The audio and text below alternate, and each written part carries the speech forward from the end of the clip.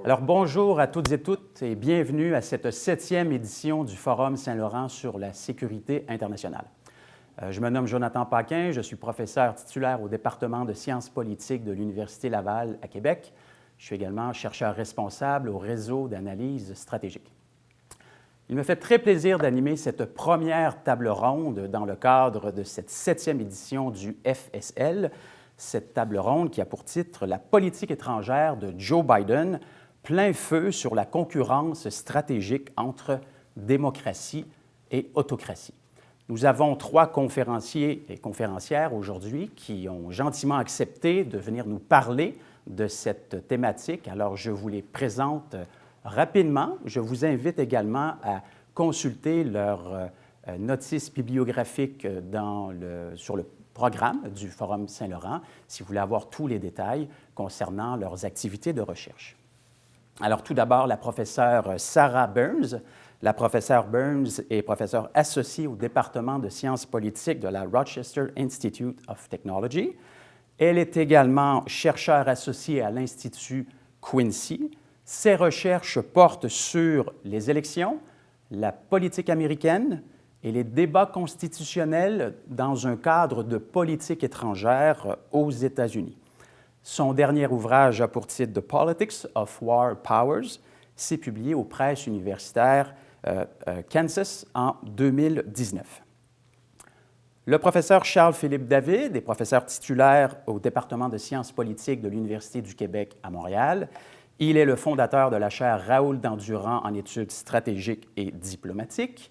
Il est également le cofondateur du Forum Saint-Laurent et je suis un de ses cofondateurs. Alors, bonjour, professeur David. Il est aussi, professeur David, un spécialiste de la politique étrangère américaine et des enjeux de sécurité internationale. Son dernier ouvrage a pour titre « L'effet Trump », publié aux presses de l'Université de Montréal en 2020. Et puis finalement, Mme Laurence Nardon. Mme Nardon est responsable du programme Amérique du Nord à l'Institut français des relations internationales. Elle s'intéresse notamment à l'histoire des idées politiques aux États-Unis. Son dernier ouvrage a pour titre « L'Amérique de Trump en 100 questions », publié chez Talendier en 2018. Alors, bienvenue à vous. C'est un plaisir de vous retrouver pour cette première table ronde. Allons-y tout de suite avec quelques éléments de contexte. Dès son arrivée au pouvoir, le président Joe Biden a été très clair. La cohésion entre alliés démocratiques était pour lui une priorité. C'est une priorité parce qu'à ses yeux, il était nécessaire de répondre en bloc aux défis que posent les régimes autoritaires et notamment à cette question de la menace à l'ordre international libéral qui occupe bien entendu nos esprits depuis un certain temps. Pour Biden, cette posture se justifie par le fait que des États comme la Chine et la Russie sont des puissances révisionnistes, sont des puissances qui sont de plus en plus agressives, mais aussi parce que les institutions de nombreux États démocratiques sont affaiblies, sont menacées, notamment par le populisme rampant et par une mouvance, disons, autoritaire au sein de certains de ces pays, notamment, pensons au Brésil, à la Hongrie, à la Pologne, à la Turquie et même, bien entendu, aux États-Unis, notamment à l'ère de Donald Trump, donc de 2016 à 2020. Il semble donc que la concurrence stratégique entre les démocraties libérales et les régimes autoritaires soit la nouvelle ligne de faille en politique internationale. Un peu comme la lutte idéologique entre le libéralisme et le communisme ponctuait les relations internationales durant la guerre froide. Alors, sans plus attendre, j'aimerais vous poser une première question générale en 2 volets. Le premier volet, c'est le suivant. Quelle est votre évaluation de la politique étrangère de Biden dans le cadre de cette concurrence stratégique? Et puis, le second volet, est-ce que cette tendance à la confrontation entre démocratie et autocratie est là pour de bon? Ou est-ce qu'au contraire, vous considérez que ces points de tension seront inévitablement masqués, si je puis dire, par des enjeux plus grands qui forceront les démocraties à collaborer davantage et à mieux cohabiter avec les régimes autoritaires? Alors, allons-y dans l'ordre de présentation. Professeur Burns, j'aimerais bien vous entendre sur cette question. Par la suite, le professeur David. Et puis enfin, Madame Nardon. Oh, c'est pas une petite question, n'est-ce pas? C'est assez difficile de répondre. À mon avis, on va commencer avec deux problèmes et après ça, on va voir s'il y a les autres, à mon avis. Si on dit que les démocraties sont un bloc, c'est une bonne façon de faire une alliance. Et comme ça, on peut dire à les autres, comme la Russie et Chine, bon, si vous êtes dans le monde libéral que nous avons fait, que nous aimons, toi, tu dois faire ce que nous voulons. Et on a des façons de menacer économiquement. Et si on continue comme ça, on a une façon de dire comme tu ne devrais pas être utiliser votre argent pour grandir votre militaire. En même temps, s'ils sont dans le monde libéral et ils ont d'argent à cause de le fait qu'ils peuvent vendre les choses à nous, ils ont beaucoup d'argent et on voit qu'ils l'utilisent pour grandir leur militaire. Donc, est-ce que c'est une plus bonne idée de décider qu'on doit les faire sortir de ce monde libéral et enlever les ressources économiques? Euh, ça, ça va. Si on fait ça, c'est plutôt une guerre froide, deuxièmement. Et j'ai peur que si on fait ça, on va avoir les mêmes problèmes qu'on avait dans la guerre froide. Donc ça, c'est mon première vue Oui. sur cette grande question. Parfait, merci, professeur Burns. Professeur David? Je suis tout à fait d'accord avec la collègue Madame Burns. La question est excellente, elle est élaborée et je vais y répondre rapidement. Je pense que la politique étrangère de Joe Biden avait extrêmement mal débuté. Le rôle des États-Unis, la réputation des États-Unis ont été malmenés. Imaginez-vous, ça semble il y a un siècle, il y a moins d'un an, avec le retrait de l'Afghanistan par les troupes américaines et la manière, surtout la manière par laquelle l'administration Biden a procédé avec ce retrait. Ça a entaché vraiment la réputation de Joe Biden, qui notamment avait été élu pour les questions de politique étrangère avec sa vaste expérience comme sénateur, comme président du comité du Sénat des affaires étrangères, mais surtout aussi comme vice-président, entaché sa réputation d'être un leader dans les affaires internationales, de bien connaître ses dossiers. Et donc, on est resté sur ce goût amer tout l'automne d'un président qui, dans les affaires étrangères, honnêtement, ne se débarquait pas beaucoup de ses prédécesseurs, voire même, comble de l'ironie, ne remettait pas totalement en question les décisions qui ont été prises par Donald Trump. Je pense notamment sur les questions commerciales face à la Chine et donc cette question que tu poses, Jonathan, sur la compétition stratégique. Ainsi donc allait le navire. Je pense aussi que, entre parenthèses, la politique étrangère, finalement, sous Biden, un peu comme Trump, était largement, mais très, très largement dominée par les considérations et les calculs de politique intérieure. Je résume, hein? Et là est arrivé le 24 février. Et ça, je pense que c'est, on peut le dire, un tremblement de terre dans les relations internationales de l'ordre, sur l'échelle Richter, d'un fameux 10 sur 10. Donc, un vrai gros tremblement de terre. Et je pense que maintenant, en réponse à ta question, après le 24 et depuis le 24 février, on peut dire que Biden vraiment a repris le leadership auquel on s'attendait, le leadership des États-Unis dans les affaires internationales, et que là, je trouve globalement que sa gestion de cette crise très grave, de cette guerre, et la gestion des alliés, la gestion de la réponse interalliés ou de l'OTAN est très nettement positive. Et le fait est que, si je lis ça à la politique intérieure, alors que les enjeux de politique étrangère n'étaient guère différents que les enjeux de politique intérieure et donc provoquaient des divisions très sérieuses, très sévères entre démocrates et républicains, voire même à l'intérieur du Parti démocrate, on doit constater depuis le 24 février, bon, on le connaît, c'est classique, un ralliement public derrière le président des États-Unis, mais ça semble être un appui durable il n'y a plus de doute, je pense, dans l'esprit même des plus saugrenus chez les républicains, mais il y en a encore, que la Russie représente quand même là un défi sérieux pour les États-Unis. Alors, pour répondre à ta plus vaste question, qui était le thème de la question, il n'y a aucun doute, et ça a commencé avant Biden, déjà sous Trump, que la compétition stratégique revient en force entre les grandes puissances, que les États-Unis remettent au premier plan cette compétition comme étant la doctrine qui doit orienter leur action sur la scène internationale. Et cela a pour effet aussi de, je pense, tempérer cette idée que représente notamment le Quincy Institute, que peut-être les États-Unis doivent se retrancher des affaires internationales.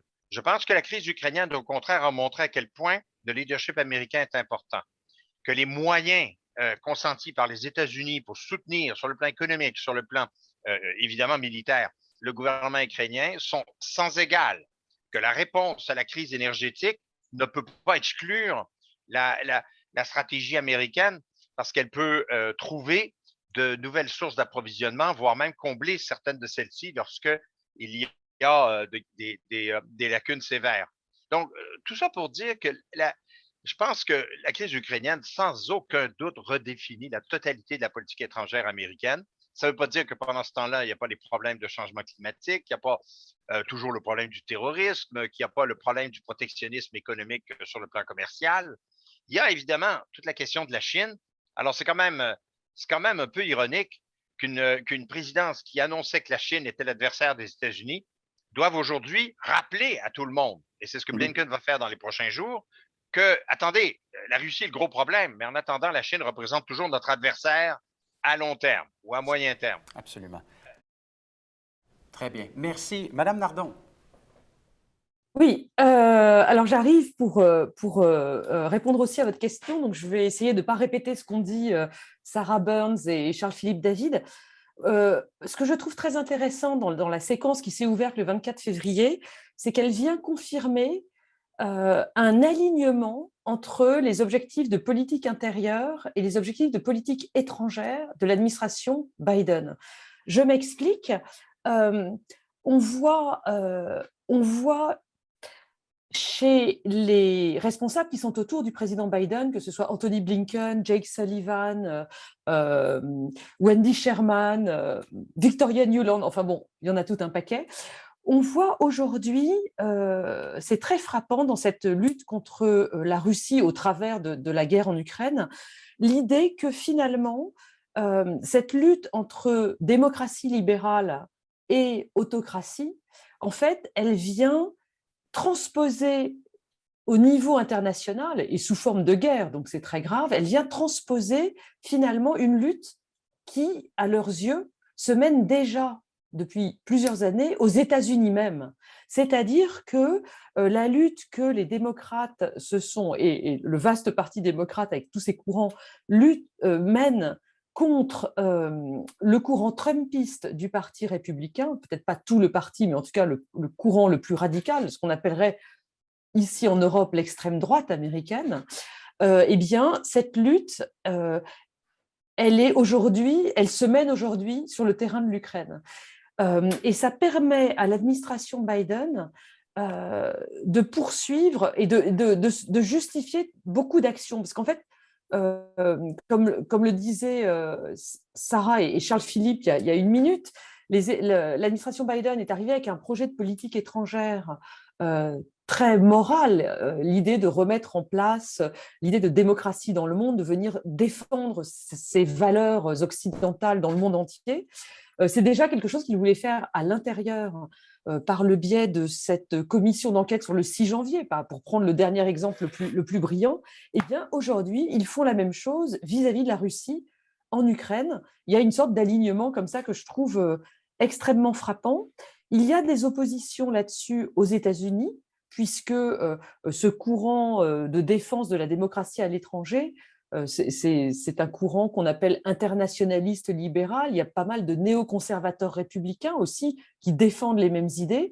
Eh bien, aux États-Unis, ils se heurtent à l'opposition de l'école réaliste qui pense comme par exemple le professeur Mersheimer, qui pense que la crise en Ukraine, finalement, c'est la faute de l'Occident, parce que nous avons été nous, l'Occident, nous avons été provocateurs vis-à-vis de la Russie en acceptant l'entrée de pays d'Europe centrale au sein de l'OTAN. Ça a provoqué un sentiment d'inquiétude dans la Russie qui aujourd'hui réagit, quoi de plus naturel selon eux. Donc il y a cette opposition qui reste quand même là-dessus. Aux États-Unis, on est dans une période de réflexion stratégique sur les grandes orientations de la politique étrangère américaine, avec donc une administration qui est très interventionniste, très morale, et puis d'une part les Trumpistes et d'autre part les réalistes dans les écoles de politique étrangère. Bon, maintenant, sur votre deuxième question, est-ce que c'est une tendance lourde, cette lutte phénoménale entre démocratie et autocratie? Est-ce que c'est une tendance est-ce que c'est là pour durer? Alors, ma réponse, c'est très simplement de dire il n'y a rien de très durable finalement dans la politique étrangère des nations. L'URSS n'a duré que 70 ans, par exemple. Donc, je pense que c'est là pour quelques décennies, mais pas forcément pour quelques siècles. Merci à vous trois. N'y a-t-il pas quelque chose d'hypocrite dans cette rhétorique américaine, j'ai envie de dire occidentale, d'opposer les démocraties au régime autoritaire, sachant que, en même temps, les Américains ont des relations qui ne sont certainement pas excellentes avec des États comme l'Arabie saoudite, mais les Occidentaux ont des relations avec de nombreux États autoritaires, des relations qui, depuis fort longtemps, ont été, somme toute, assez amicales. Donc, est-ce que cette rhétorique entre les bonnes démocraties et les autocraties odieuses est en partie fausse? Est-ce que cette idée-là, qui est manichéenne, est une stratégie qui est valable? Est-ce qu'on n'aurait pas plutôt intérêt du côté occidental à mettre davantage l'accent sur le respect du droit international, le respect de la souveraineté des États, plutôt que d'opposer les régimes de cette manière-là? Parce qu'en bout de ligne, l'impression que nous avons, c'est que ça contribue à l'escalade des tensions et c'est un peu inutile. Donc, est-ce que cette rhétorique est bonne? Est-ce qu'elle est nécessaire? Est-ce qu'elle est souhaitable? Peut-être que pour des raisons de politique intérieure, les dirigeants ont intérêt à établir une distinction entre les deux. J'aimerais vous entendre là-dessus. Donc, la première personne qui souhaite intervenir a la parole. Pour moi, ce n'est pas une rhétorique, Jonathan, c'est identitaire. Ça fait partie de l'identité des États-Unis. Après ça, la manière dont vous traitez cette identité et que vous l'appliquez, ça, c'est un autre problème. Parce que vous pourriez avoir deux réponses ici. Vous pourriez en avoir 400 000. Mais vous pourriez avoir la réponse d'un Jimmy Carter qui vous dirait mais il y croit à cette idée de la démocratie, que la démocratie, c'est important. Mais vous auriez aussi George W. Bush qui vous dirait je crois à la démocratie, Jonathan, tellement que j'ai envahi un pays pour cette raison. Ouais. Les moyens mis en œuvre, les stratégies qu'on vise dans l'application de ce credo démocratique ou de cette identité démocratique, ça, c'est autre chose.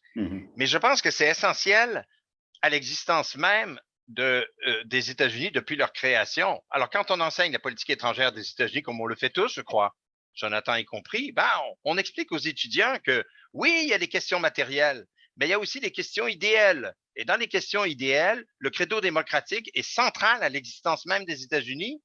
Et c'est parfois au nom de ce credo démocratique que les pires abus sont commis. Alors, donc, ce n'est pas qu'une question rhétorique. Ce l'est parfois.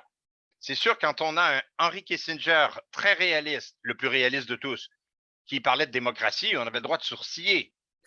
Par contre, quand on a de vrais démocrates qui sont convaincus de la valeur que représente la démocratie, je répète l'exemple, moi, du président Carter, qui est peut-être celui qui a cru le plus à ce credo, je crois que là, on peut dire que ça fait partie de l'ADN de ce que c'est être un politique américain. Maintenant, une fois qu'on a dit tout ça, il n'y a pas que ces éléments-là de défense ou de promotion de la démocratie qui font partie de la politique étrangère. Il y a bien sûr les calculs et les intérêts stratégiques. Alors, c'est pourquoi toutes les écoles de pensée qu'on explique aux étudiants, le libéralisme, le réalisme, l'idéalisme, s'affrontent sur cette question de la croyance et de l'application des principes démocratiques dans la conduite de la politique étrangère des États-Unis. Parce que ta question est très, très bonne. On vient en aide à l'Ukraine comme si l'Ukraine était le seul cas qui existe dans le monde qui mérite une telle aide, un tel soutien. Mais j'aurais le goût de dire, et pas pour diminuer du tout l'importance de venir en aide aux Ukrainiens, parce que personnellement, je suis tout à fait d'accord avec l'administration Biden en passant, mais il y a bien d'autres endroits dans le monde où on pourrait également évoquer la nécessité d'aller défendre la démocratie, mais les intérêts stratégiques, les calculs stratégiques, là, sont différents. Et d'ailleurs, ce n'est pas étranger au fait qu'on se pose des questions sur l'application de cette doctrine de la promotion/défense de la démocratie dans d'autres théâtres d'opération où là, ça a été franchement moins heureux. Je reprends l'exemple de l'Irak. Là, on n'a pas besoin d'expliquer à tout le monde que dans le Golfe Persique et le Moyen-Orient, la défense de la démocratie est au bout de la baïonnette. Le credo néoconservateur de l'application des préceptes démocratiques à l'étranger a été une défaite cuisante et pas prête d'être répétée, je pense, à l'avenir. Alors, vous voyez, et pour dernière remarque pour rebondir sur ce que disait Laurence, moi, je ne crois plus, à mon âge et après mes recherches et mes études et mes livres, qu'il y a une politique étrangère rationnelle.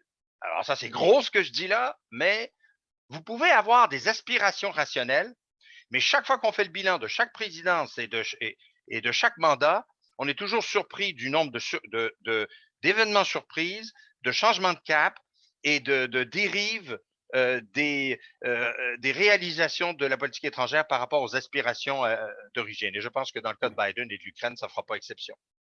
Et tout à fait. Et les études de plus en plus en politique étrangère montrent que l'émotion a un rôle central à jouer dans la rationalité et que sans émotion, il n'y a pas de rationalité. En d'autres termes, il y a différents types de rationalité puisqu'il y a différents types d'émotions. Professeur Burns, Madame Nardon, vous souhaitez intervenir sur la question? Oui, moi je pouvais ajouter quelque chose si vous voulez. Absolument. C'est qu'effectivement, depuis le 24 février, je suis comme mes collègues certainement, j'ai fait pas mal de médias et la question est venue quasiment systématiquement de savoir si les États-Unis n'étaient pas hypocrites en courant au secours de l'Ukraine alors qu'ils ne courent pas au secours du Yémen ou du Venezuela, enfin tout un tas de situations. Alors qu'est-ce qu'on répond à ça? Alors effectivement, alors le professeur David a commencé à répondre. Je voudrais poursuivre un petit peu en disant qu'effectivement cette question d'hypocrisie peut être posée. Il y a les calculs stratégiques d'opportunité qui jouent. Alors deux réponses très rapidement, c'est que ok, on peut crier à l'hypocrisie, mais tout de même, aux États-Unis, on a le droit d'en parler sans se retrouver en prison, comme dans d'autres pays qui ne respectent pas la liberté d'expression. Et donc, au moins, on peut débattre du sujet. C'est déjà une grande qualité, à nos yeux, morale de ce pays. La deuxième réponse, plus concrètement, pourquoi aller au secours de l'Ukraine que d'autres pays? Donc là, le calcul stratégique fait que l'Occident est évidemment plus directement menacé par ce qui se passe en Ukraine, donc c'est sans doute plus nécessaire dans un calcul qui est là pour le coup rationnel et intéressé d'aller à leur secours plutôt que d'aller au secours des Yéménites qui souffrent abominablement depuis plusieurs années, mais le danger indirect pour nous est beaucoup plus lointain. L'autre point qui me semble plus valide d'un point de vue moral, c'est que contrairement à l'Irak, une majorité d'Ukrainiens souhaitent rester en démocratie. Alors, leur démocratie n'est peut-être pas parfaite, il y a des problèmes de corruption, etc. Mais enfin, ça correspond à une volonté populaire très bien documentée, ce qui n'était pas le cas pour l'Irak en 2003. Voilà, on n'est pas dans une logique de regime change, on est dans une logique de regime maintenance ou regime strengthening, ou enfin, je ne sais pas exactement comment on pourrait le formuler en anglais, mais c'est l'opposé de ce qu'on a cherché. Pardon? Oui, on demandait tout à fait à la professeure Burns, qui veut peut-être intervenir d'ailleurs sur cette question. Oui, certainement. Je veux dire un petit peu sur ce que Mme Nardon a dit. Les politiques domestiques et les politiques à l'extérieur sont tout ensemble. Et puis aussi, le problème de l'hypocrisie, pardon, c'est difficile, mais c'est il y a une expression d'un sénateur qui s'appelle Barry Goldwater et il était un candidat présidentiel dans les années 60.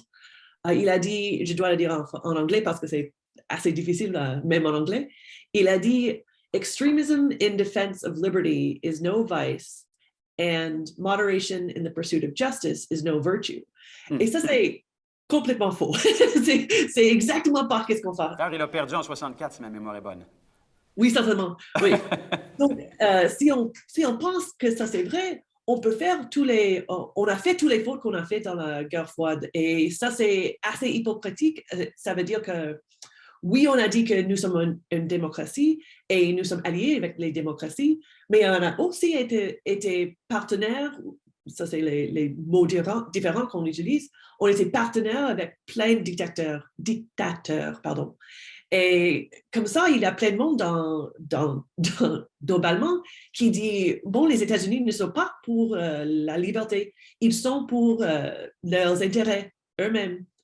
Et donc, quand on ne peut pas être très clair qu'on va utiliser la modération, quand on utilise la militaire ou quand on aide un régime ou essayer de défier, je ne sais pas, un autre régime. De vaincre, oui. De vaincre, merci. On doit être très, très, très modéré et comme ça, on peut avoir un policy plus rationnel, à mon avis. Mais on ne le voit pas. Comme professeur David a dit, Jimmy Carter est le seul président qui était vraiment restrained avec la utilisation de la militaire. Et on dit toujours qu'il était une terrible présidente. Donc, les présidents... Oui. Mais en même temps, si vous me permettez d'intervenir brièvement, avec la doctrine Carter qui apparaît à la fin des années 70, ben voilà. on est davantage dans un jeu réaliste. Hein? Carter le dit devant les deux chambres réunies, si ma mémoire est bonne, en 79 ou 80, lors du discours sur l'état de l'Union. Nous sommes prêts à recourir à la force militaire pour protéger nos intérêts au Moyen-Orient et notamment dans le Golfe Persique. Alors, le Carter 79-80 n'était certainement pas le Carter 76-77. Je ne sais pas si vous souhaitez poursuivre. Oui. Exactement, Jonathan. Donc, ça, c'est une des meilleures preuves que je puisse amener à chaque fois que quelqu'un me dit oui, mais tout de même, il y a des fils conducteurs dans la politique étrangère américaine. Je leur dis oui, il y a une toile de fond. C'est vrai, il y a un plancher, une toile de fond et un plafond. Mais on ne peut jamais prédire pourquoi et comment l'acteur sur scène va réagir. Ben, Carter est le meilleur exemple parce que Carter l'idéaliste devient Carter le réaliste pour faire une longue histoire courte. Et la doctrine Carter, d'ailleurs, se situe tout à fait en continuité avec la doctrine Truman et d'autres doctrines de ce genre qui affirment donc l'importance d'une région comme intérêt vital pour la sécurité des États-Unis. Enfin, je ne pense pas que c'est notre propos aujourd'hui de parler de la doctrine Carter, mais qui sait dans 3 ans ce qu'on retiendra dans 2 ans et demi de Joe Biden comme fil conducteur de sa politique étrangère. Peut-être qu'on sera très surpris par tout ce qui nous était annoncé il y a 1 an. Donc, voilà. Donc, ça c'est une chose. Et puis aussi, je pense que Laurence a parfaitement raison dans les propos qu'elle a émis sur le fait que le lien entre politique intérieure et politique étrangère est très, très fort aux États-Unis, peut-être plus que dans d'autres pays. Et que l'allure des choses avec l'Ukraine fait en sorte que on a un débat, enfin, on n'a pas un débat présentement, on pourra en avoir. J'ai beaucoup aimé son allusion à l'expérience de l'Irak. Ce qui fait qu'aux États-Unis, on est quand même dans une démocratie, c'est que l'on peut reprocher, et c'est ce qui a été fait, à 2 présidents d'avoir embarqué, voire même, oui, 2 présidents d'avoir embarqué et maintenu une implication américaine dans des théâtres de guerre et qu'on les sanctionne. Dans le cas de George W. Bush, en 2008, on ne voulait plus rien savoir de George W. Bush et ils ont élu Barack Obama, qui était un des rares candidats qui s'était opposé à la guerre en Irak. Alors, on n'est pas du tout dans le même cas de figure pour envoyer l'Ukraine. Et ensuite, quand Trump a été élu, ça a été pour mettre fin à peu près à toutes les guerres avec cette fatigue de la guerre. Donc, c'est pour ça que l'imprévisibilité est quand même pour moi assez marquante, mais c'est peut-être aussi un signe de démocratie. Très bien. Permettez-moi maintenant de faire un pas en arrière. Je crois que si nous avions eu cette discussion il y a 6 mois, nous aurions sans doute mis l'accent sur le déclin relatif des États-Unis dans le système international. Quantité d'ouvrages ont été publiés au cours des dernières années, je dirais au cours des 15 dernières années sur cette question. Pensons à Fareed Zakaria, Christopher Lane, enfin à tous ces auteurs qui ont prédit le déclin des États-Unis. Et tous s'entendent sur le fait qu'il y a bel et bien un déclin relatif. Plus récemment, donc au début de cette administration Biden, et Charles-Philippe David en a fait mention, il y a eu le retrait unilatéral d'Afghanistan. Il y a eu aussi, et j'aimerais qu'on y revienne un peu plus tard dans cette discussion, cette entente en catimini entre les Australiens, les Britanniques et les Américains sur l'entente AUKUS, sur la livraison de sous-marins nucléaires et sur l'échange de technologies à cet égard. Et donc, on aurait parlé du déclin des États-Unis, du fait que l'Amérique n'est plus véritablement outillée pour exercer le leadership nécessaire au sein de l'Organisation du traité d'Atlantique Nord, par exemple. Et soudainement, paf, il y a le 24 février qui arrive et il y a ce ralliement auquel, je crois, le professeur David faisait allusion tout à l'heure. Et là, Joe Biden se retrouve le grand leader de cette coalition, de ce groupe contact maintenant d'une quarantaine d'États qui livrent des armes au gouvernement ukrainien. Et donc, ma question est la suivante. Est-ce que, selon vous, l'invasion russe en Ukraine et la guerre en Ukraine est le début d'une nouvelle guerre froide au sein de laquelle les Américains continueront d'exercer le leadership auquel ils nous ont habitués depuis de nombreuses décennies, ou au contraire, croyez-vous que cette guerre en Ukraine soit en quelque sorte le chant du cygne de la puissance américaine, notamment parce que des élections présidentielles américaines auront lieu en novembre 2024 et que nous pourrions avoir des surprises? Donc, quelle est votre évaluation de la situation? Sommes-nous, en d'autres termes, dans une espèce de petite parenthèse qui nous rappelle une période plus glorieuse de la politique étrangère américaine, ou avons-nous véritablement amorcé un nouveau chapitre en politique étrangère des États-Unis? Pour moi, Si je peux tenter une... Professeur Burns, d'abord. C'est plus difficile pour moi parce que je ne suis pas facile en français. Je dirais que je ne suis pas exactement d'accord avec l'idée que la hégémonie des États-Unis est contestée ou en déclin? Oui, en déclin, merci. Parce qu'on voit tous les 40 ans, à peu près, on dit que la puissance des États-Unis est en déclin. Mm-hmm. Et on voit que ça continue d'être une grande puissance dans le monde.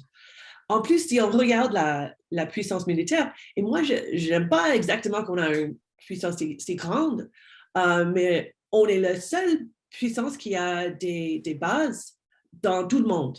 Et on est la seule puissance qui a des bases stratégiques dans les 7 points où on peut arrêter le commerce dans les océans. Et on a ça exactement parce qu'on veut la commerce libre et on menace tout le monde qui essaye d'arrêter ça. Mm-hmm. Donc, je ne vois pas que la Chine peut faire ça. Et il y avait un blague, on va dire, je ne sais pas exactement, mais la Russie a dit qu'il va envoyer un peu de son militaire à Cuba. Et il n'a pas la capacité de faire ça. Donc, si on regarde vraiment la puissance des États-Unis maintenant, c'est toujours la seule hégémonie. Oui, on va voir ce qui se passe avec la Chine, mais on ne voit pas maintenant que la Chine peut menacer globalement la façon que les États-Unis peuvent faire. Et en fait, même si je pense que ce n'est pas une très bonne idée qu'il utilise sa militaire dans la façon qu'il l'utilise, c'est vrai qu'il ça sustain, c'est quoi? Sa pérennité durable. Ou sa durabilité, oui. Oui, il y a la durabilité du monde libéral qu'ils continuent de la Grande-Bretagne. Oui. Oui. Vous avez raison, professeur Burns, de souligner qu'il n'y a pas de consensus sur cette question du déclin des États-Unis. Des auteurs comme Bickley, par exemple, ou Joseph Nye ne sont pas d'accord avec les thèses, disons, défaitistes de certains autres auteurs. Donc, c'était un débat, effectivement, mais tout à coup, ce débat-là a été, en quelque sorte, évacué. Nous nous intéressons au leadership de Biden. Je serais intéressé à entendre Mme Nardon et le professeur David sur cette question.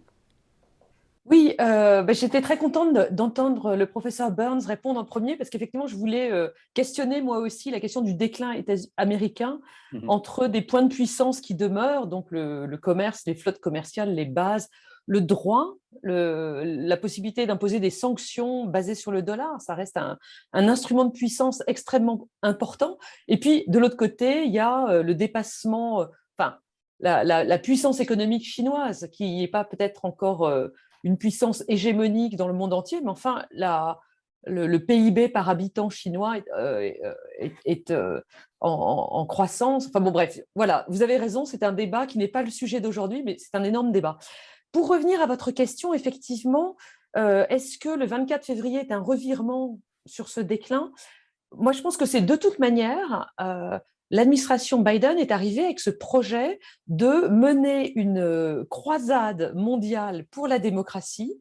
Alors, en début de mandat, on parlait d'une nouvelle guerre froide, on parlait d'une guerre froide 2.0, et l'ennemi, c'était évidemment la Chine. La Chine, pour ses avancées géopolitiques, pour ses tricheries commerciales, mais aussi sur les questions de droits de l'homme, sur les questions de démocratie. Donc, il y avait cette idée d'une croisade pro-démocratie qui était le point d'une deuxième guerre froide, d'une nouvelle guerre froide contre la Chine. Et à mon avis, les événements qui sont intervenus depuis le 24 février en Ukraine ne font que renforcer l'idée américaine de lancer cette croisade. Seulement maintenant, elle n'est plus seulement contre la Chine, elle est également contre la Russie dont Obama avait dit pendant son mandat qu'elle n'était plus qu'une puissance de nuisance régionale, un pays qui a le PIB de l'Espagne ou de l'Italie, et donc il l'avait un peu balayé avec mépris. En réalité, la puissance de nuisance russe, on voit qu'elle est encore assez vive. Et donc, on a aujourd'hui une croisade qui se mène non seulement contre la Chine, mais aussi contre la Russie. Et j'ai envie de dire tous azimuts contre les autocraties, il y a d'autres noms, il y a les régimes illibéraux, etc., dans le monde. C'est vraiment la démarche. Oui. C'est vraiment la démarche de l'administration Biden. Et pour finir de répondre rapidement à votre question, est-ce que ça va marcher ou pas? Tout va dépendre du succès de l'Occident dans cette guerre par proxy, cette guerre par procuration contre la Russie.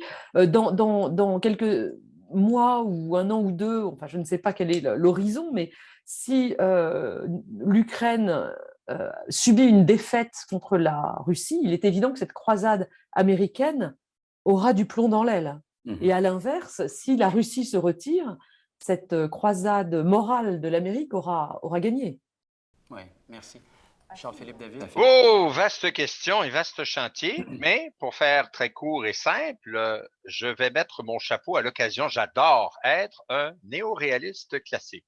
Alors, oui, parce que je trouve que leur corpus théorique et leur interprétation de l'histoire est tout à fait charmante. Alors, je plonge un peu dans ce chapeau et je dirais un peu à tout le monde, pour répondre à l'excellente question redoutable de Jonathan, il y a, me semble-t-il, autant les aspects matériels que les aspects idéels qui comptent. Vous pouvez donc disposer de force, mais ne pas avoir d'ambition, ou vous pouvez avoir beaucoup d'ambition, mais disposer de beaucoup moins de moyens. Je pense que nous sommes en présence, ou nous étions en présence le 23 février de la situation que décrit le deuxième scénario. C'est-à-dire, pour faire court, des États-Unis qui se posent la question, et je reviens sur d'ailleurs l'identification de Mme Burns avec l'Institut Quincy, à juste titre, qui se pose des questions, fort juste, sur cette ambition mondiale des États-Unis de demeurer le gendarme du monde, le balancer des relations internationales, l'équilibriste, et ainsi de suite. Et donc de redéfinir le rôle des États-Unis dans le monde. Son institut a contribué grandement, mais pas seulement, pas seulement cet institut, à remettre en question cette hégémonie américaine qui a prévalu durant la guerre froide et depuis la fin de la guerre froide, et lier cela aux doutes exprimés par les administrations Obama et Trump. Vous voyez, il n'y a pas de couleur politique ici, qui ont, je pense, eu toutes les deux, à leur façon, à leur manière, éduqués et moins éduqués, ou civilisés et un peu moins civilisés, de remettre en question ces aspirations hégémoniques américaines. Dois-je rappeler que Barack Obama est quand même celui qui a dit que peut-être le meilleur leadership, c'était le leadership discret. Donc, on était loin, le leadership from behind, du leadership très affirmé des administrations précédentes. Et Trump lui-même a remis en question cette idée que les États-Unis devaient parfois même s'intéresser aux affaires internationales. Donc, je pense que l'aspect idéal est très important. Pour revenir à la question matérielle, je pense quand même, et je souscris encore, à la thèse plutôt du déclin, mais ce n'est pas nécessairement péjoratif, mais bon, que les États-Unis, en relation avec d'autres puissances, surtout la Chine, sont effectivement dans un déclin relatif. Quand on regarde tous les indicateurs, surtout sur le plan économique et commercial, voire sur le plan technologique, de toute évidence, les États-Unis sont beaucoup moins puissants aujourd'hui qu'ils l'étaient il y a 20 ans, 30 ans ou 40 ans. Ouais. Et l'explication, elle est très simple. La montée de la Chine correspond à un affaiblissement ou un recul de la valeur de la puissance économique américaine. Et vraiment, les chiffres et les indicateurs ne mentent pas. Alors, pour boucler la boucle, on se demande, est-ce que Biden va pouvoir corriger cette situation et est-ce que l'Ukraine lui donne l'occasion de corriger cette situation? Puisque je souscris à la thèse de l'imprévisibilité, j'ai le goût de vous dire qu'on ne sait pas, mais si on devait deviner, on peut dire que l'Ukraine offre l'opportunité à Joe Biden, sans doute, et peut-être, de faire en sorte que l'écart entre les aspirations idéales et les moyens matériels puisse être comblé ou être amoindri par des investissements beaucoup plus grands dans les affaires internationales. On l'a vu, l'accroissement du budget militaire va de soi parce qu'il va convaincre tout le monde que la défense des États-Unis est en jeu dans cette histoire ukrainienne. Sur le plan idéal, que la compétition avec les grandes puissances sera le fait marquant des prochaines années, voire prochaines décennies de la conduite de la politique étrangère américaine, et donc que l'ordre du jour des affaires internationales va redevenir prioritaire dans la vie politique américaine, ce qui avait été moins le cas ou de moins en moins le cas dans les deux administrations précédentes, voire jusqu'au 23 février dans l'administration Biden, d'où cette thèse que la politique étrangère était subordonnée aux aléas et aux intérêts de la politique intérieure. Peut-être, désormais, ce sera l'inverse. C'est-à-dire qu'au-delà des questions d'inflation, des questions de guerre culturelle et ainsi de suite, que dans les affaires étrangères, peut-être un petit consensus pourra renaître que le leadership et l'hégémonie relative des États-Unis dans les affaires internationales seront prioritaires et nécessaires pour faire face au nouvel environnement géopolitique international parce qu'il en va aussi de la survie, de la sécurité et de la démocratie, de la santé de la démocratie dans le monde. Ouais. Parlons-en de cette nouvelle réalité internationale ou de cette nouvelle réalité géopolitique. J'aimerais maintenant tourner mon regard vers l'Europe et plus particulièrement vers ce que Emmanuel Macron dit depuis plusieurs années. Je me souviens de cet entretien de Macron à Grand Continent lors duquel il a rappelé sa volonté de créer un bloc européen entre le bloc américain et le bloc chinois. Alors, cette volonté d'une autonomie stratégique européenne est très chère aux yeux d'Emmanuel Macron. Il n'est pas le seul. Je crois que les Européens, du moins pour certains d'entre eux, les Allemands plus particulièrement, ont aussi un grand intérêt à cet égard.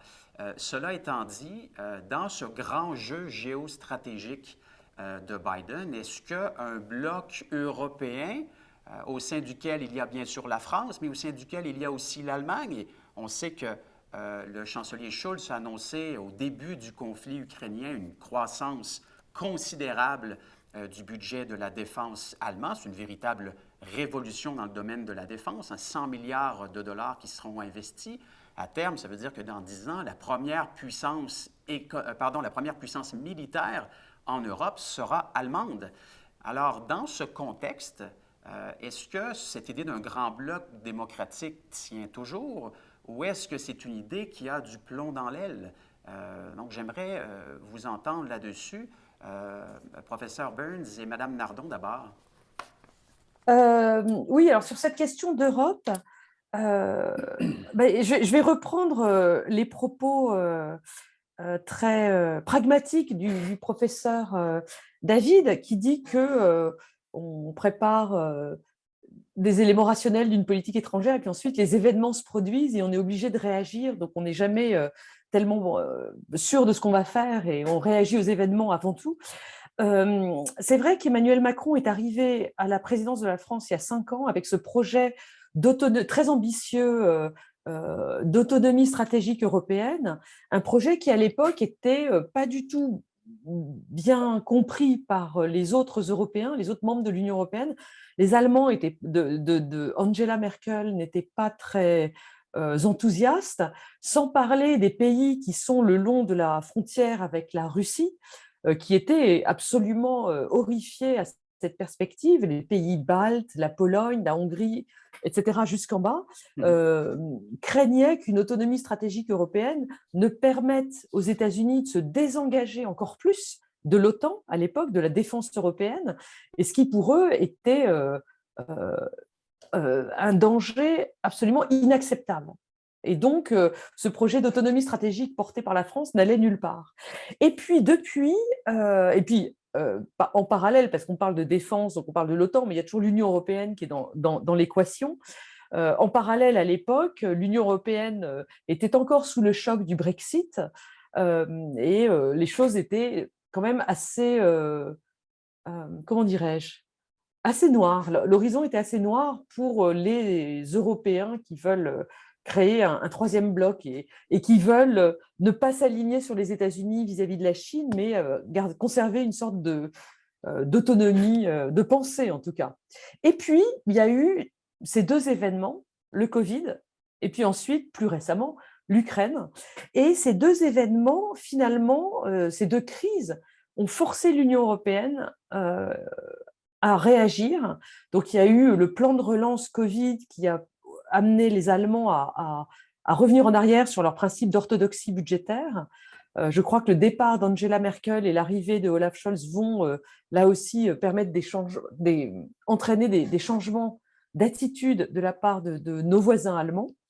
Et puis, ces dernières semaines, avec le déclenchement de la crise en Ukraine, vous l'avez dit, il y a eu là encore des avancées incroyables. Alors, à la fois concernant l'OTAN, puisqu'on voit que l'alliance qui a été en état de mort cérébrale, comme avait dit notre président, ce qui n'était pas très bien reçu, s'est tout à coup ressoudée sur ses missions premières, qui sont la défense du territoire, les missions militaires, etc.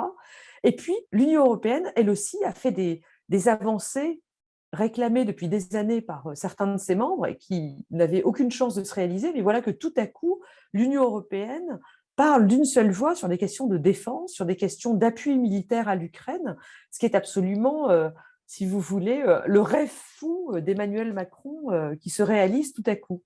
Donc, on va voir ce que ça donne, mais je pense que de manière, comment dirais-je, de manière inattendue et pour une mauvaise raison, puisque la guerre en Ukraine est quelque chose d'horrible, eh bien, il y a des développements très positifs sur la défense européenne qui sont intervenus ces dernières semaines. Professeur Burns? Oui, c'est peut-être parce que je suis ici aux États-Unis que je pense ça, mais je vais dire que je pense que c'est plutôt une bonne idée d'avoir le bloc de démocratie qui parle avec une voix. Mais je dis ça, mais il y a plein de voix extrémistes dans notre pays, dans beaucoup de pays de l'Occidentaux, et on doit les pousser à la côté.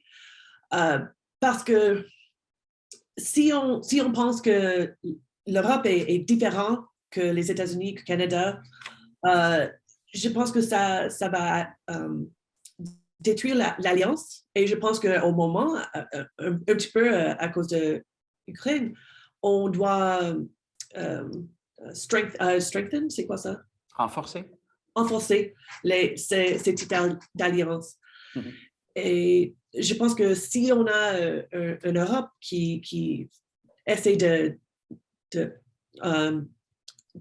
qui ne renforce pas cette idée, je pense que ça serait plus mauvaise. Et surtout si on regarde la raison pour OTAN, c'était, excuse encore, c'est anglais, c'était to keep the Americans in, Yeah. the Russians Yeah. out, and the Germany down. Germans down. Et donc, si on Mais voit que l'Allemagne va être remilitarisée, ça me fait un petit peu peur.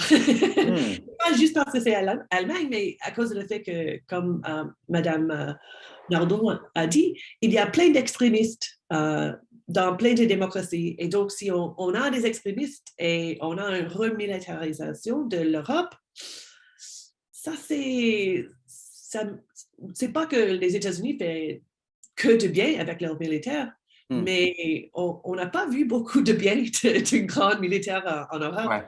Mais en même temps, cette idée d'une autonomie stratégique européenne, c'est une sorte de police d'assurance. C'est-à-dire que tant et aussi longtemps qu'on a un président à Washington qui est modéré, qui est libéral dans ses ambitions, on collabore avec les États-Unis. C'est ce que l'on voit à l'heure actuelle dans la guerre en Ukraine. Mais si, en janvier 2025, un Trumpiste ou Donald Trump lui-même devait prêter serment, ben là, on pourrait effectivement être peut-être mieux outillé pour faire face aux vagues qui, sans doute, se profileront à l'horizon.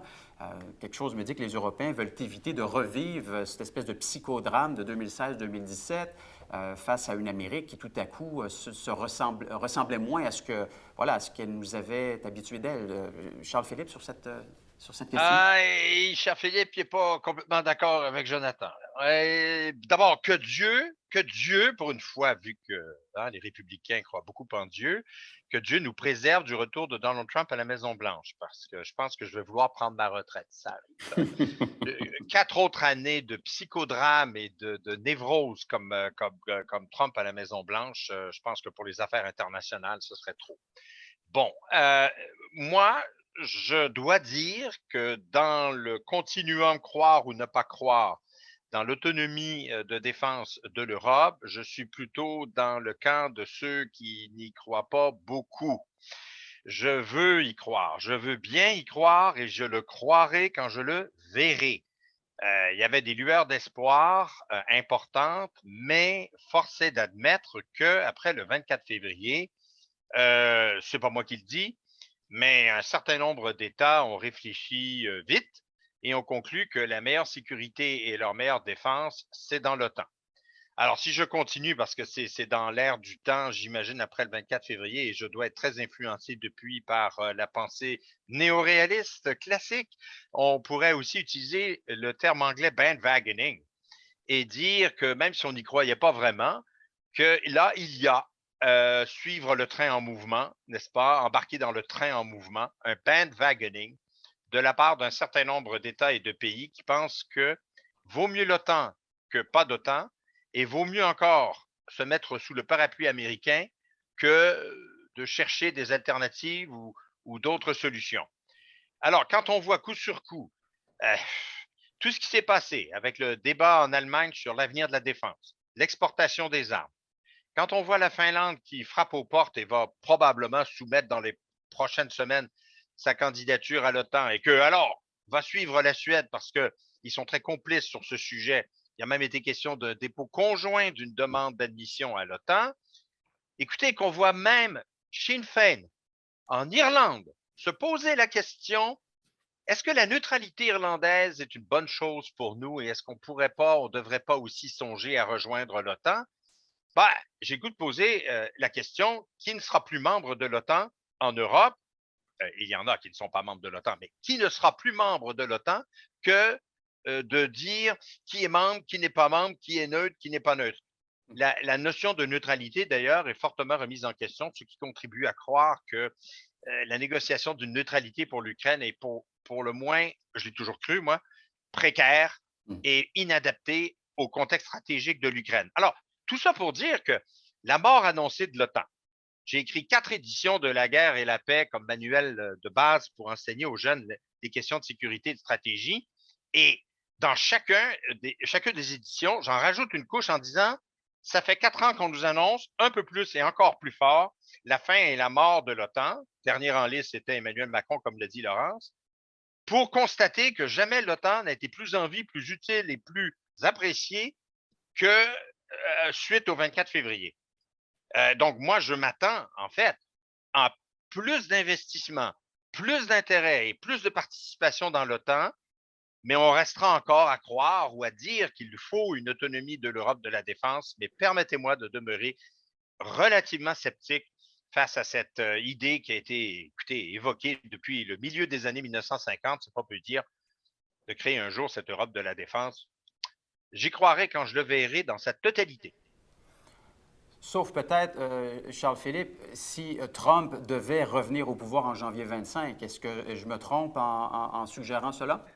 Ah, je pense que tu te trompes un peu. Parce que malgré tout, l'OTAN continue de fonctionner en l'absence ou devant comment décrire ça, là, ce phénomène Trump, quand même. Ce qui m'a déçu, en fait, c'est pas tant les réactions de Trump face à l'OTAN, parce qu'on s'attendait à toutes les imbécilités qui furent dites et qui furent exprimées par ce président. Moi, ce qui m'a déçu, et ça renforce mon premier point, justement, c'est que l'Europe ne s'est pas tant tenue, avec le Canada en passant, je ne veux pas isoler le Canada de l'Europe sur cette question, qu'on ne se soit pas tenu debout davantage et qu'il n'y ait pas eu plus de leadership affirmé par les Trudeau, Merkel, Macron, pour dire on n'a pas toujours besoin des États-Unis pour faire fonctionner l'OTAN et créer un pôle fort qui croit à la démocratie, aux valeurs communes, etc., à l'institution. Donc moi, j'étais plutôt déçu par je dirais les tentatives par tous ces chefs d'État, d'abord d'amadouer Trump. De penser qu'on pouvait amadouer Trump et de ne pas tout simplement l'ignorer et faire comme si on pouvait continuer à travailler à des solutions de sécurité ensemble sans Trump s'il ne voulait pas y participer. On a eu peur de lui, je pense, indûment. Oui. Je vous ramène sur cette question de la rivalité ou compétition stratégique. Tout à l'heure, Mme Nardon faisait allusion au fait que, et d'ailleurs, vous trois, vous y avez fait allusion, au fait que c'était l'Indo-Pacifique, c'était la Chine qui guidait véritablement la politique étrangère de l'administration Biden à partir de janvier 2021, et puis que depuis, je dirais, janvier 2022, on assiste, et là, je ne voudrais pas faire un mauvais jeu de mots, à une sorte de pivot européen de la part de l'administration Biden. On investit beaucoup de temps et de ressources dans le conflit ukrainien. Et donc, permettez-moi de vous poser une question qui nous ramène à un point d'actualité très important. On a vu au cours des dernières semaines une sorte de changement de cap dans ce conflit que l'OTAN mène à la Russie en Ukraine. Depuis 2 ou 3 semaines, on a une approche qui est plus offensive. Rappelez-vous les propos du secrétaire à la Défense, Lloyd Austin, qui, après avoir quitté Kiev ou Kyiv pour la Pologne, a fait cette déclaration lors de laquelle il a mentionné que l'objectif maintenant, c'était d'affaiblir les capacités de la Russie. Et d'ailleurs, les Canadiens semblent souscrire pleinement à cette nouvelle approche. Rappelez-vous, du moins pour ceux qui suivent la politique canadienne, notre ministre des Finances et vice-première ministre au Canada, Chrystia Freeland, lors de son discours, lors de la présentation du budget du gouvernement fédéral canadien le 7 avril dernier, a dit « Les démocraties seront libres ou véritablement libres que lorsque le tyran russe aura été vaincu. » Alors, il me semble qu'il y a progressivement une sorte de décalage ou de glissement sémantique. L'objectif n'est plus uniquement d'aider l'Ukraine à recouvrir sa souveraineté et à se libérer, mais aussi d'affaiblir la Russie. Et d'ailleurs, on l'a bien vu, les Français, mais surtout les Allemands qui envoient maintenant de l'armement lourd, des chars à l'Ukraine, le Canada qui envoie des blindés aussi à l'Ukraine, alors qu'il y a quelques semaines, juste avant le début du conflit, le premier ministre canadien, Justin Trudeau, disait « Nous ne voulons pas livrer d'armes aux Ukrainiens de peur d'envenimer la situation. » Et là, vraiment, on livre tout ce que l'on peut. Est-ce que, selon vous, cette nouvelle approche qui est plus agressive dans le conflit ukrainien est une bonne chose? Est-ce que c'est inévitable? Ou, selon vous, est-ce que ça participe à cette, disons, croissance des tensions, escalade des tensions avec la Russie? Est-ce que ça pourrait nous mener éventuellement à une guerre plus généralisée avec la Russie? Moi, je pense qu'on n'a pas le choix. Je vais être très court parce que j'ai sa parole. Je pense qu'on n'a pas le choix. À un moment donné, il faut se tenir debout, là. Hein, pour faire ça clair, je pense que de moins enfin, comment dirais-je? On a craint dans les dernières semaines davantage la chute de Zelensky et la chute de la démocratie en Ukraine. On a craint davantage cela que les menaces professées par Poutine contre nous. Au début, on croyait celle-ci plus grave que celle-là, et maintenant, on croit celle-ci moins menaçante que le sort et l'avenir de l'Ukraine. Alors, je pense qu'on assiste à une sorte de nouvelle guerre froide. Je pense qu'on n'a pas du tout prévu que cette renaissance d'une guerre froide serait finalement avec le vieil ennemi, au fond, russe, et non pas avec la Chine. Et d'ailleurs, si la Chine jouait mieux ses cartes, elle pourrait profiter de cette situation en se rapprochant un tout petit peu des États-Unis et en essayant de jouer le rôle d'équilibriste que les États-Unis ont longtemps joué entre la Chine et la Russie. Alors, tout le monde essaie de rebrasser ses cartes, de repenser sa stratégie et de réagir à tout ça. Mais c'est clair qu'on vit dans un monde stratégique et de sécurité qui est transformé. Ouais. Et j'oserais dire même qu'on a cru, après le 11 septembre 2001, qu'on avait tourné une page d'histoire, qu'on entrait dans un nouveau monde. Je pense que, encore une fois, pour reprendre mon allusion à l'échelle Richter, c'était un tremblement de terre, mais c'était un tremblement de terre moins grave, beaucoup moins grave que celui que l'on vit actuellement. Et je pense qu'il va, ce tremblement de terre, durer encore un bon moment. Je serais très surpris si il y a une solution qui se trouvait là la semaine prochaine. Je ne m'attends pas à ce que Poutine déclare « Ah, ça va pas très bien, donc on se retire ». Je ne m'attends pas à ce que les Ukrainiens disent « Oh, bon, on va aller à la table des négociations et céder le Donbass à Poutine. Finalement, c'est pas très important pour nous, donc ça risque de perdurer un bon moment. » Alors, oui, on est parti pour une escalade. Il y aura une escalade.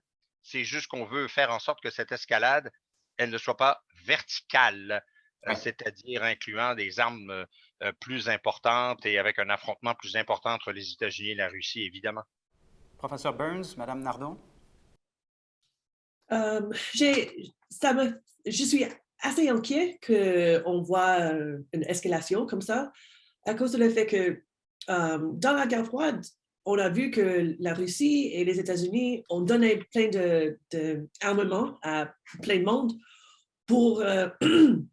et c'était understood, c'est quoi le mot ça?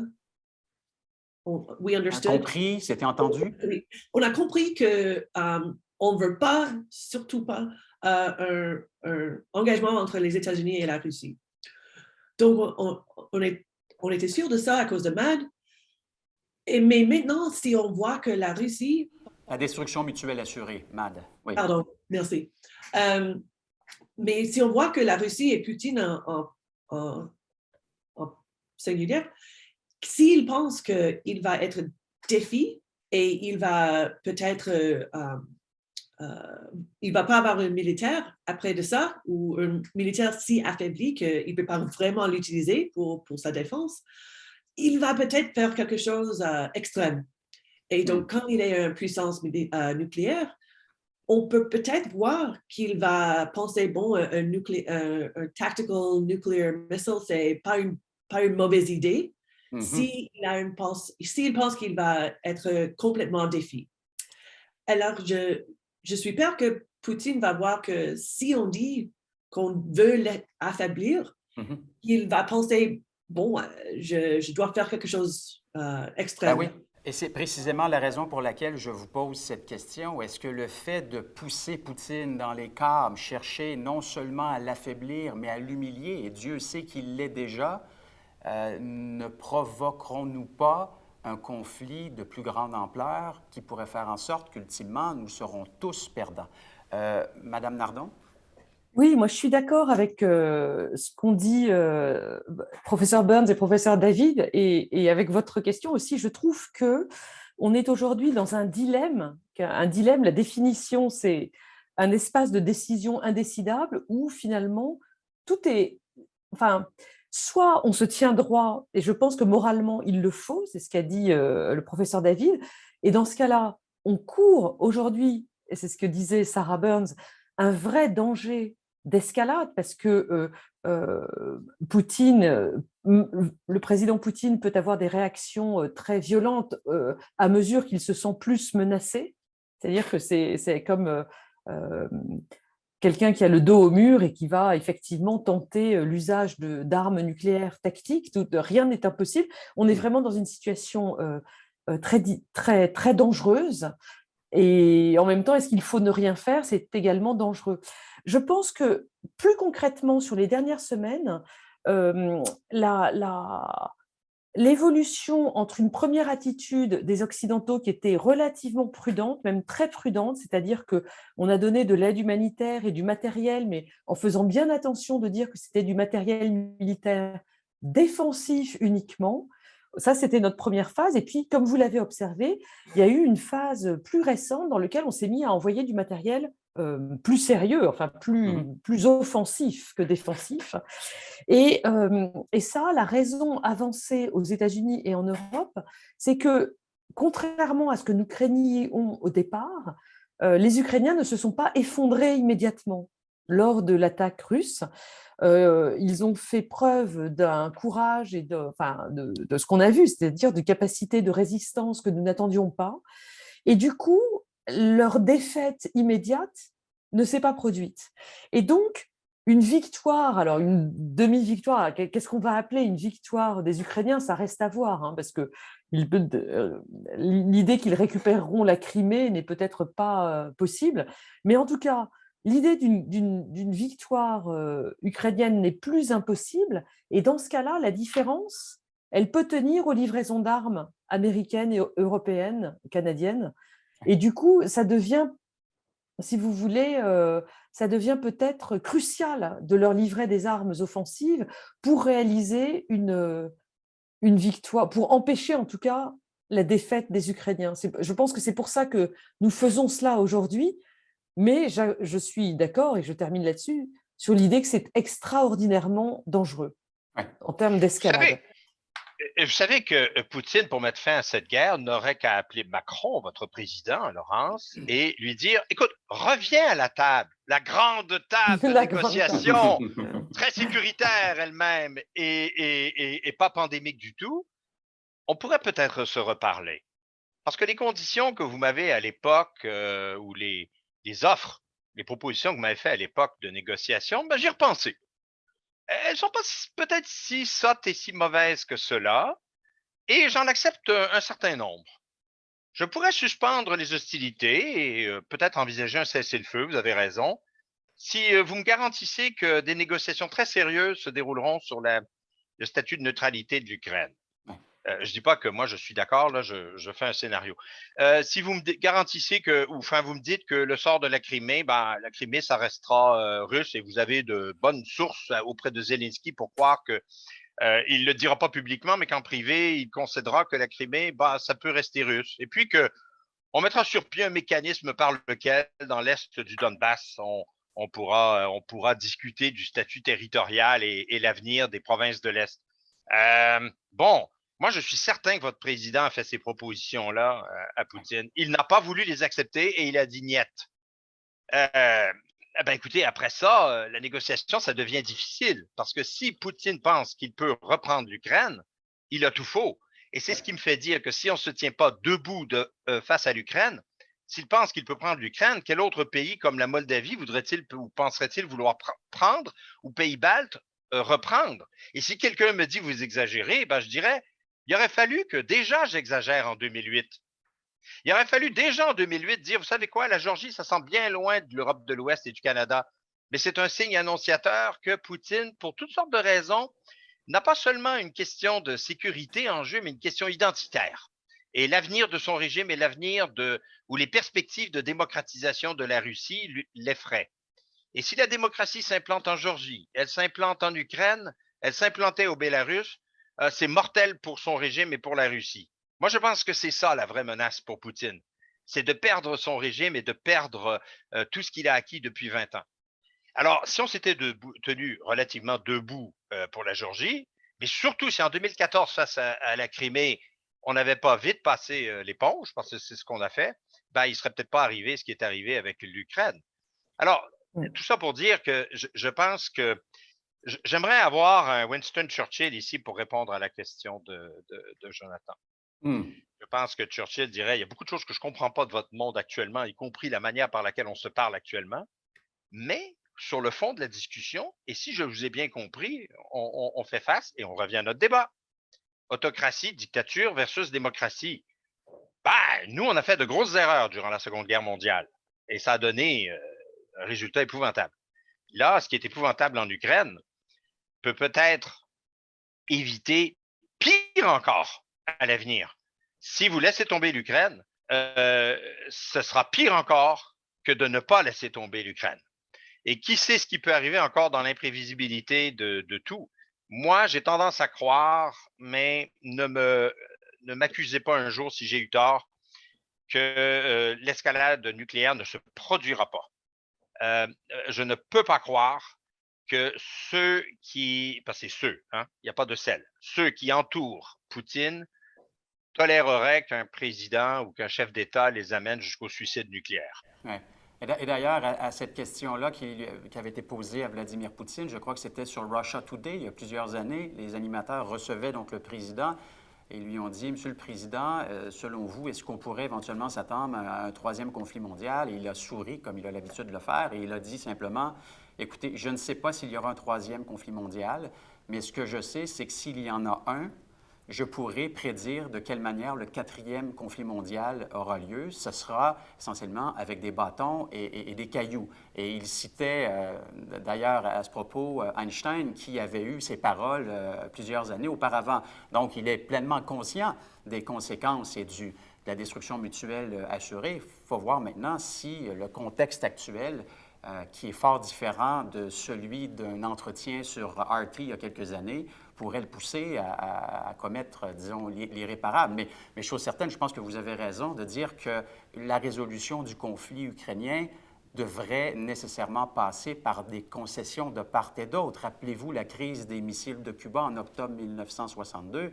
Il a fallu que les Américains retirent leurs missiles Jupiter de Turquie, chose qui avait été prévue d'ailleurs quelques mois auparavant, pour que Khrouchtchev puisse se tourner vers son peuple en lui disant, bien, vous voyez, nous avons fait des gains. Donc ça, c'est nécessaire. Et, le président Poutine ne doit pas perdre la face là-dedans. Et si on est prêt à faire aucune forme de concession, alors là, effectivement, j'ai l'impression que les Ukrainiens appuyés des Occidentaux refuseront toute forme de compromis dans le but de pousser Poutine dans les câbles.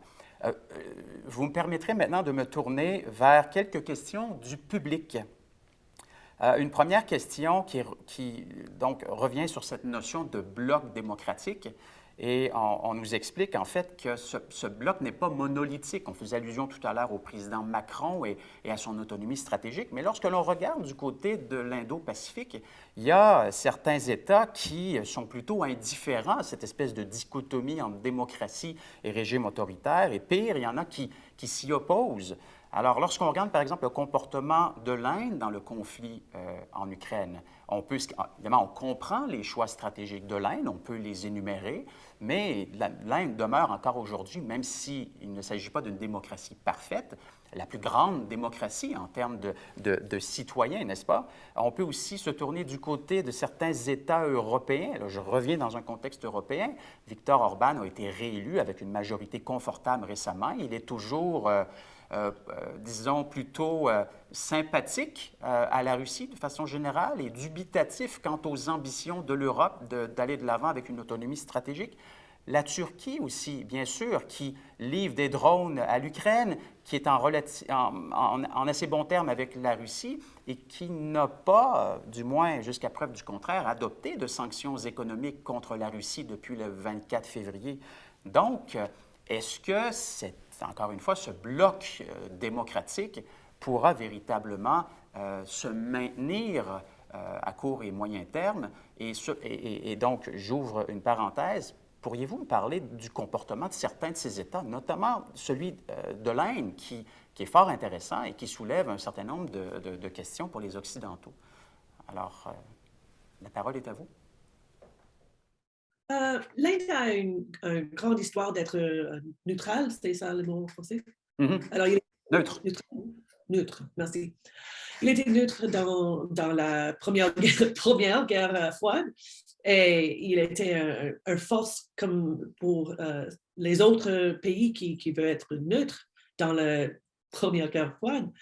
Alors, je suis assez sympathique avec eux qui ne veulent pas entrer dans cette guerre ou faire quelque chose qui va être mauvaise pour eux économiquement ou s'ils veulent faire des alliances qui ne vont pas leur c'est quoi benefit them. Une alliance qui n'est pas profiter, oui.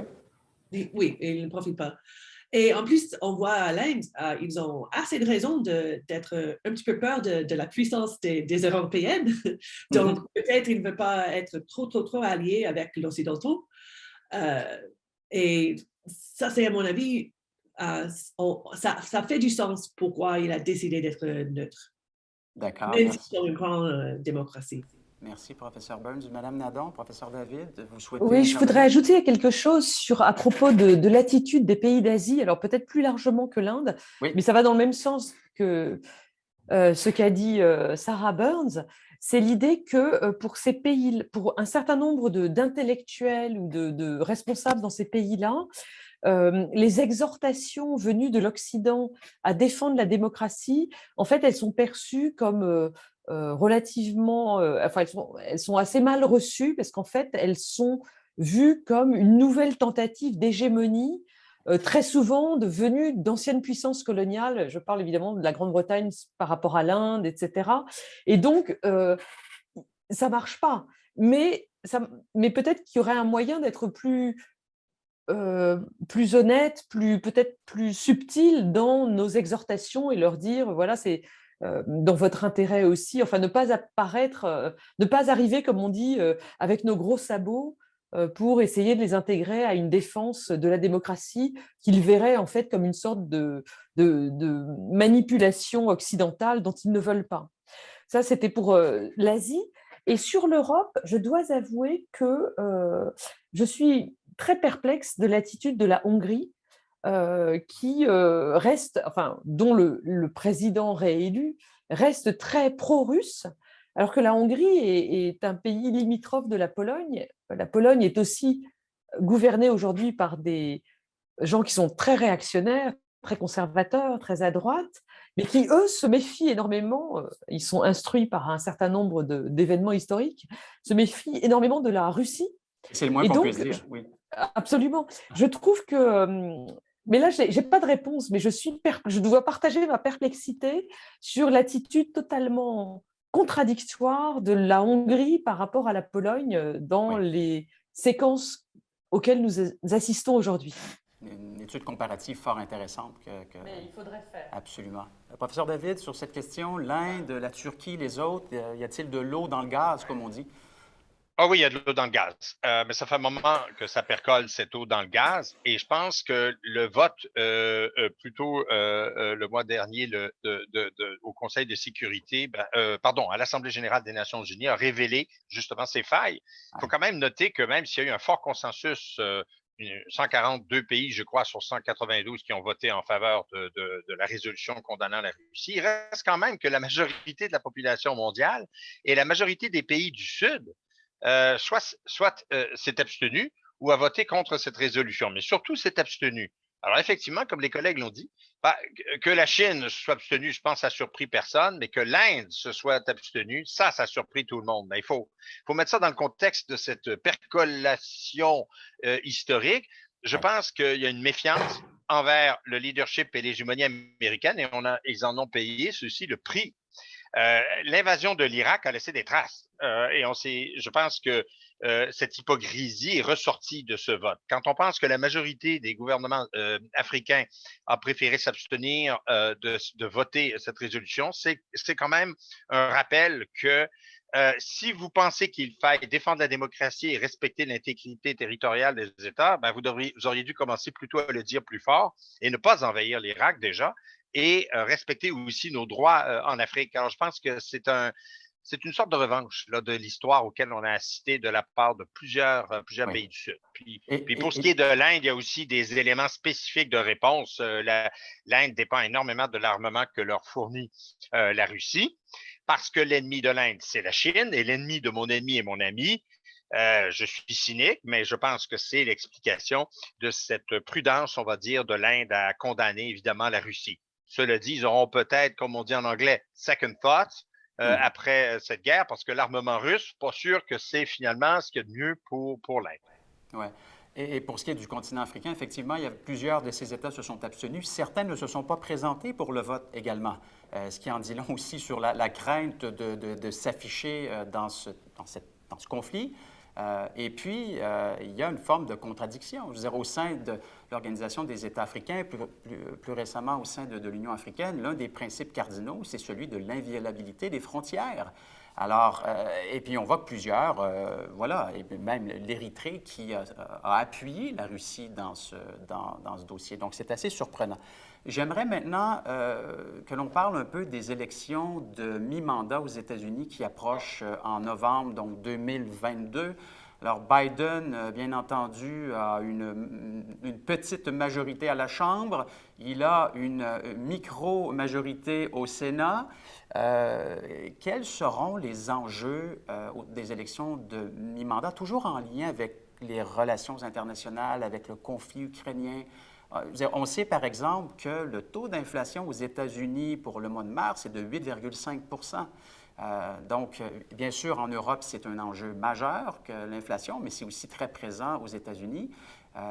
Est-ce que, cette fois-ci, les enjeux internationaux auront un impact important, voire un impact majeur dans les débats qui auront cours et qui ont déjà cours en vue des élections de mi-mandat? J'aimerais vous entendre sur cette question.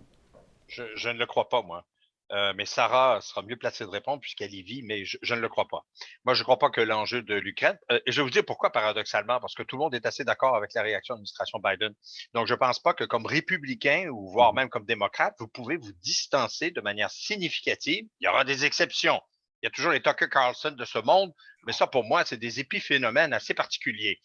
Mais je pense que globalement, les républicains et les démocrates, oui, ils diront peut-être qu'ils feraient plus ceci ou plus cela, mais globalement, ils seront d'accord avec les réactions de Biden jusqu'à maintenant, à moins que d'ici là, le ciel nous tombe sur la tête ou qu'il y ait des événements tels que ça change la donne.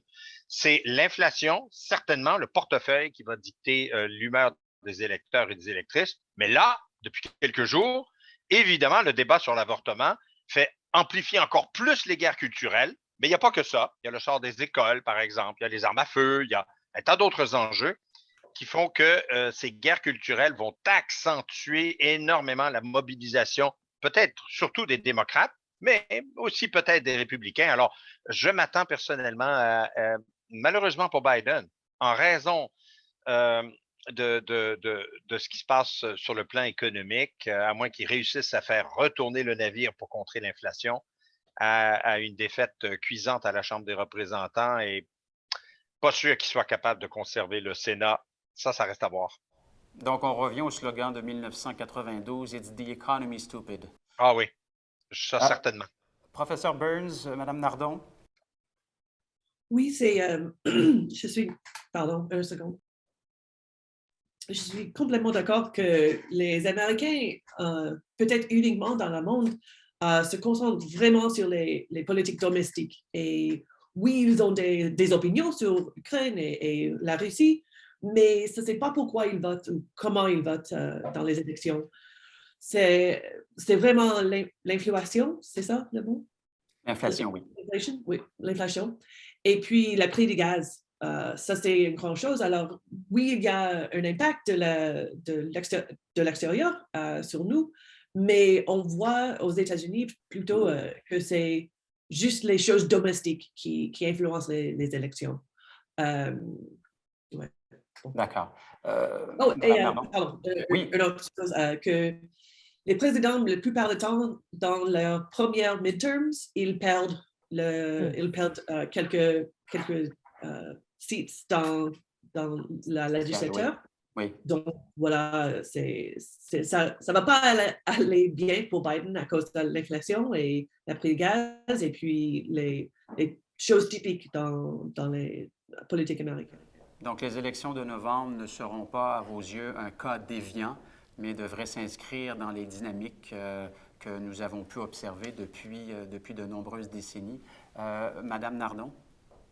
Oui, je voulais juste ajouter un point, c'est que historiquement, on voit que la situation internationale impacte le vote des électeurs américains uniquement lorsque des soldats américains sont déployés. Ce qu'on a vu pendant la Deuxième Guerre mondiale, il y avait déjà des sondages Oui. dans les interventions qui ont pu se dérouler depuis.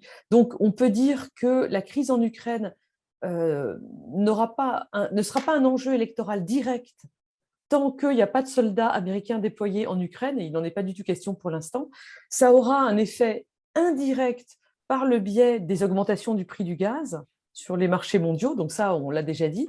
Et puis, pour revenir aux guerres culturelles, effectivement, l'avortement va encore plus, comment dirais-je, dynamiser les bases à la fois du côté réactionnaire et du côté progressiste, sans nécessairement faire basculer le vote, parce que ces bases sont déjà bien convaincues de ce qu'elles pensent.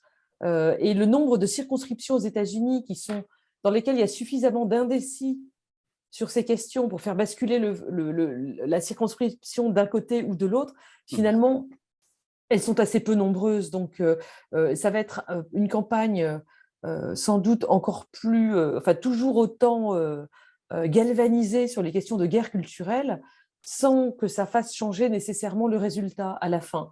On a parlé de la question de l'avortement, mais il y a aussi la question de l'homosexualité qui est revenue sur le devant de la scène en Floride avec l'affaire de la loi Don't Say Gay et de Disney World, je crois que c'est en Floride.